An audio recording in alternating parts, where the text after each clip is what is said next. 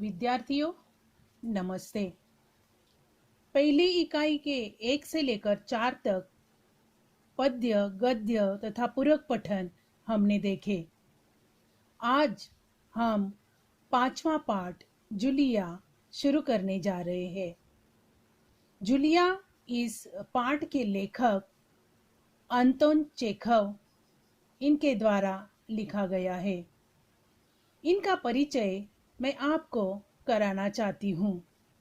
परिचय: जन्म 29 जनवरी 1860 तगानरोग, रूस यानी रशिया में हुआ है। मृत्यु 15 जुलाई 1904 में हुई। परिचय कराते समय लेखक के बारे में थोड़ी जानकारी दे रही हूँ। महान रूसी साहित्यकार अंतोन चेखव प्रसिद्ध कथाकार और नाटककार थे।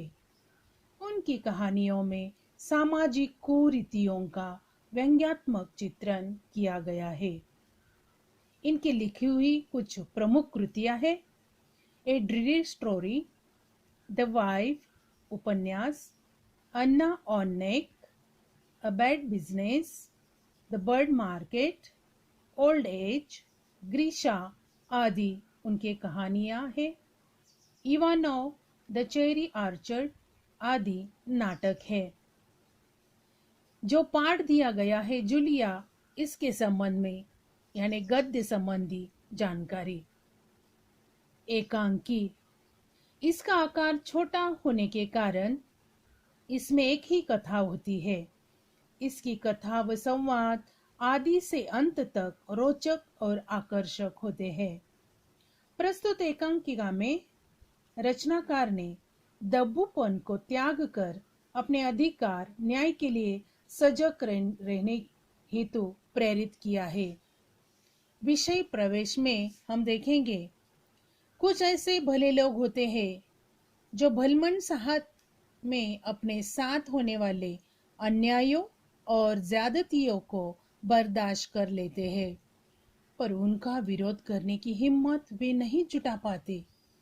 प्रस्तुत एकांकी की पात्र जूलिया ऐसी ही एक दब्बू और भीरू महिला है जो अन्याय सहकर भी खामोश रहती है। जिस व्यक्ति के बच्चों को वह पढ़ाती और उनकी देखभाल करती है, वह व्यक्ति उसे सबक सिखाने के लिए उसके साथ अन्याय करने का नाटक करता है।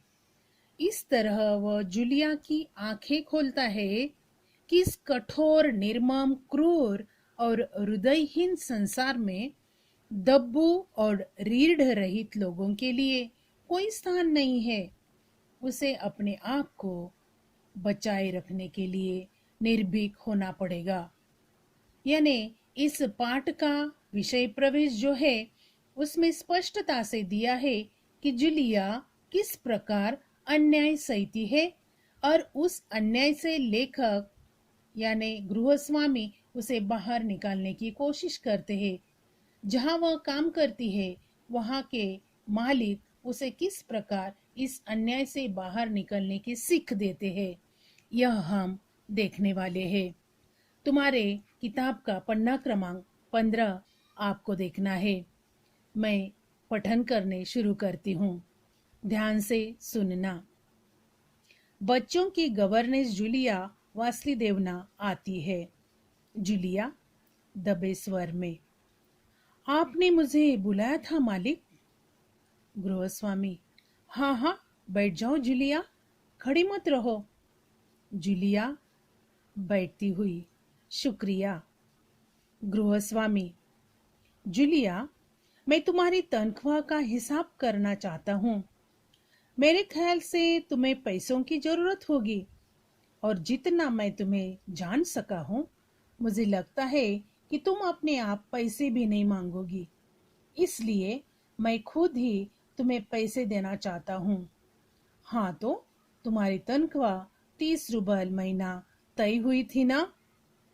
यहाँ तक का पैराग्राफ हम देखेंगे बच्चों कि जूलिया और गृहस्वामी में क्या बातचीत होती है।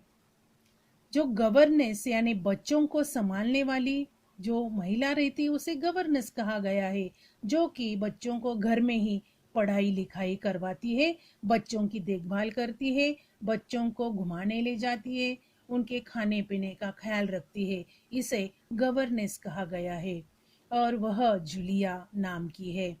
और यह जूलिया नाम की गवर्नेंस जब वहाँ काम करने आती है तब घर का मालिक, जिसे यहाँ गृहस्वामी कहा गया है, वह उसे बुला लेता है और वह दबे स्वर में यानी विनम्र स्वर में यानी आवाज ऊंचा करके वह बात नहीं करती।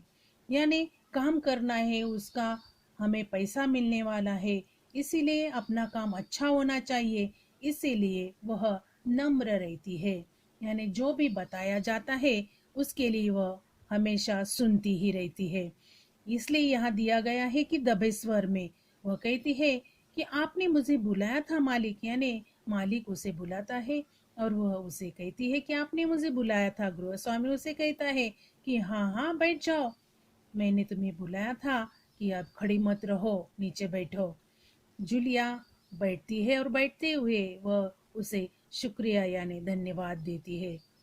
तब गृहस्वामी उससे क्या बातचीत करते हैं, किसके बारे में, तो उसके तनख्वाह के बारे में। तनख्वाह यानी वेतन, जो मंथली हमें मिया दिया जाता है, महीने में जो काम किया जाता है उसका उसका वेतन हमें दिया जाता है, इसलिए यहाँ तनख्वाह शब्द दिया है। उसके वेतन का वह हिसाब करना चाहता है और वह कहता है कि मैं हिसाब करना चाहता हूँ। उसे प्रश्न करते हैं कि मेरे ख्याल से तुम्हें पैसों की जरूरत होती, और जितना वे कहते हैं कि मैं तुझे जानता हूँ, तुम जल्दी पैसे नहीं मांगोगी, ये मुझे पता है, इसलिए मैं खुद ही तुझे पैसे देना चाहता हूँ। और वह हिसाब शुरू कर देते हैं। आगे दिया है देखो, हाँ तो तुम्हारी तनख्वाह 30 रूबल महीना तय हुई थी ना। उसे ही प्रश्न करता है, 30 रूबल। रूबल इसका अर्थ है बच्चों कि रूस की मुद्रा है, चलन है। जैसे कि हमारे भारत में रुपये पैसे होते हैं, वैसे रशिया में रूबल, रूस यानी रशिया, तो उसे रूबल कहा गया है। तो महीने की तनख्वाह तेरी 30 रूबल हुई थी ना, यानी जो काम पर वह आई थी तब महीने के लिए 30 रूबल उसे दिए जाएंगे, ऐसा तय हुआ था ना, ऐसा उसे प्रश्न करता है। आगे देखेंगे। जूलिया विनीत स्वर में यानी नम्र स्वर में वह कहती है, जी नहीं मालिक, 40 रूबल। यानी वह सच बात करती है कि आते समय 40 रूबल तय हो चुके थे। गृहस्वामी उसे कहते हैं, देखो नहीं भाई, 30, ये देखो डायरी। और डायरी के पन्ने पलटते हुए, मैंने इसमें नोट कर रखा है, मैं बच्चों की देखभाल और उन्हें पढ़ाने वाली हर गवर्नेंस को 30 रूबल महीना ही देता हूँ। तुमसे पहले जो गवर्नेंस थी उसे भी मैं 30 रूबल ही देता था। अच्छा, तो तुम्हें हमारे यहाँ काम करते हुए 2 महीने हुए हैं। फिर से जूलिया दबे स्वर में कहती है, जी नहीं, 2 महीने 5 दिन। तो गृहस्वामी की बातचीत, और वो बातचीत करते समय उसके महीने से शुरुआत होती है कि तेरे काम करने के कितने महीने हो गए और उस हर महीने में तुझे कितना पैसा देना है, पगार कितना है तेरा, वह हमें बताना है। तो जूलिया कहती है कि जब उसे बताया जाता कि महीने के लिए 30 रूबल, तो वह ना करती है कि जी नहीं मालिक, 40 रूबल, यानी 40 रूबल तय हो चुके थे। तो गृहस्वामी उसे दबाने की कोशिश करते हैं, क्या कहते हैं, देखो नहीं भाई, 30, ये देखो डायरी, डायरी यानी दैनंदिनी, हर दिन उस डायरी में जो कुछ लिखा जाता है, जो भी तय होता है वो लिखने का काम करते हैं। तो वह कहते हैं कि नहीं, मेरे डायरी में लिखा है। और ऐसे ही वह पन्ने पलटते हुए उसे कहते हैं कि मैंने इसमें नोट कर रखा है, नोट करना यानी लिख कर रखा है, दर्ज किया है।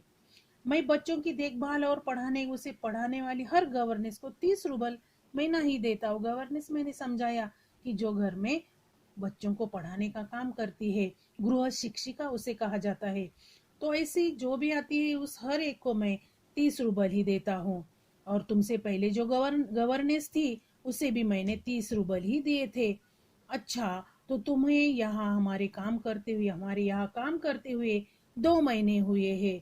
ऐसा हुआ जब कहते हैं तो वह फिर से कहती है, जी नहीं, 2 महीने 5 दिन हुए हैं। तो इस प्रकार यह बातचीत जब चलती है तो गृहस्वामी आगे क्या कहते हैं देखो। वह जब बताती है 2 महीने 5 दिन, उसके बाद क्या होता है हम देखेंगे। गृहस्वामी कहते हैं, क्या कह रही हो जूलिया, ठीक 2 महीने हुए हैं। भाई, मैंने डायरी में सब नोट कर रखा है। हाँ, तो 2 महीने के बनते हैं 60 रूबल। लेकिन 60 रूबल तभी बनते हैं जब महीने में तुमने एक दिन भी छुट्टी न ली हो। तुमने इतवार को छुट्टी मनाई है, उस दिन तुमने कोई काम नहीं किया, सिर्फ कोल्या को घुमाने के लिए ले गई हो। और ये तो तुम भी मानोगी कि बच्चे को घुमाने के लिए ले जाना कोई काम नहीं होता। इसके अलावा तुमने 3 छुट्टियां और ली है, ठीक है ना? यानी उसके हफ्ते भर का, महीने भर का हिसाब वे बताना चाहते हैं कि देखो, जूलिया जब कहती है कि नहीं, मेरे काम के 2 महीने और 5 दिन हो गए, गृहस्वामी कहते हैं कि नहीं, ठीक 2 महीने हुए हैं। और देखो भाई, मैंने अपने डायरी में सब नोट कर दिया है। नोट करना, दर्ज करना, लिखना। तो 2 महीने के बनते हैं कितने? 60 रूबल। 60 रूबल कब बनेंगे? वे कहते हैं, लेकिन 60 रूबल तभी बनते जब महीने में तुमने एक दिन भी छुट्टी न ली हो। तो महीने का हिसाब भी वे उन्हें बताते हैं, देखो, तुमने इतवार को छुट्टी मनाई है, उस दिन तुमने कोई काम नहीं किया। काम कौन सा किया था? सिर्फ कोल्या यानी उनका बच्चा है, उसे घुमाने को ले गई है, इतना काम किया है। और ये तो तुम भी मानोगी, वे कहते हैं कि बच्चों को घुमाने को ले जाना ये कोई काम है क्या? नहीं, इसके पैसे नहीं दिए जाते। और इसके अलावा तुमने 3 छुट्टियां और ली है, इतवार तो छुट्टी ली और तू 3 छुट्टियां और भी ले ली है। और वे उसे फिर प्रश्न करते, ठीक है ना? इसके बाद देखो वह क्या कहती है। जूलिया दबे स्वर में, जी आप कह रहे हैं तो ठीक। इतना कहकर वह रुक जाती है। यानी जो कुछ भी कहा गया है वह एक्सेप्ट कर लेती है और हाँ कर देती है। गृहस्वामी आगे कहते हैं, अरे भाई, मैं क्या गलत कह रहा हूँ? हाँ, तो 9 इतवार और 3 छुट्टियां यानी 12 दिन तुमने काम नहीं किया। यानी 12 दिन काम न होने की वजह से तेरी तनख्वाह क्या होने वाली है? कट होने वाली है। मैं कटवाने वाला हूँ, यह उसे स्पष्टता से बताने की कोशिश करते हैं।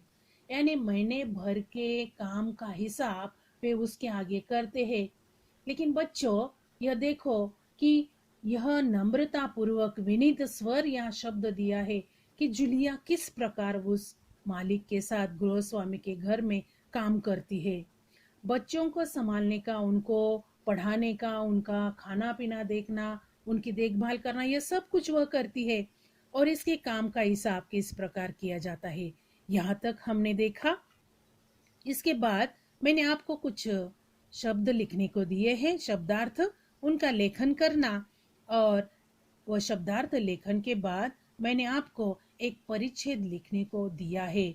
और उस परिच्छेद में मैंने दिया, यदि जूलिया की जगह आप हो तो इस विषय पर अपने विचार स्पष्ट कीजिए। उत्तर भी मैंने दिया है, बच्चों पढ़कर इसे लिखना है। धन्यवाद।